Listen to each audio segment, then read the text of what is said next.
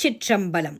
சிவபுராணத்தில் என்று 85ஆம் வரி முதற்கொண்டு 90ஆம் வரி வரையிலான பொருள் விளக்கத்தை அறிவோமா?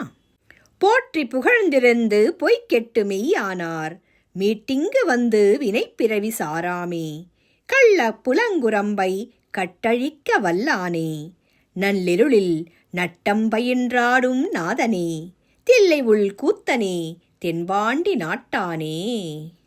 இதன் பொருள்: பட்டதெல்லாம் போதும் வினைப்பிறவி தரும் துயரை தாங்கிக் கொண்டு அழுது அரற்றி கண்ணீர் சிந்தி பெருமானே நின் புகழை போற்றி புகழ்ந்து துதித்தவர்கள் இப்பொய் உடலை விட்டொழிவார், மெய் உடம்பு எனப்படும் ஒளி உடலை பெறுவார். இப்படி மெய் உடம்பு பெற்றவர்கள் மீண்டும் இந்த மண்ணுலகில் வந்து பிறக்கும் வினைத்துன்பப் பிறவிக்கு ஆளாகாமல் கள்ள புலன்களால் கொண்ட மாயையை கட்டி அழிக்க வல்லவனே, நல்லிருளில் நட்டம் பயின்றாடும் நாதனே. நள்ளிரவு உடல் களைத்து உயிர்கள் தூங்கும் நேரம் என்றாலும் அவற்றின் உயிர் உறங்குவதில்லை, இதயம் ஓய்வதில்லை.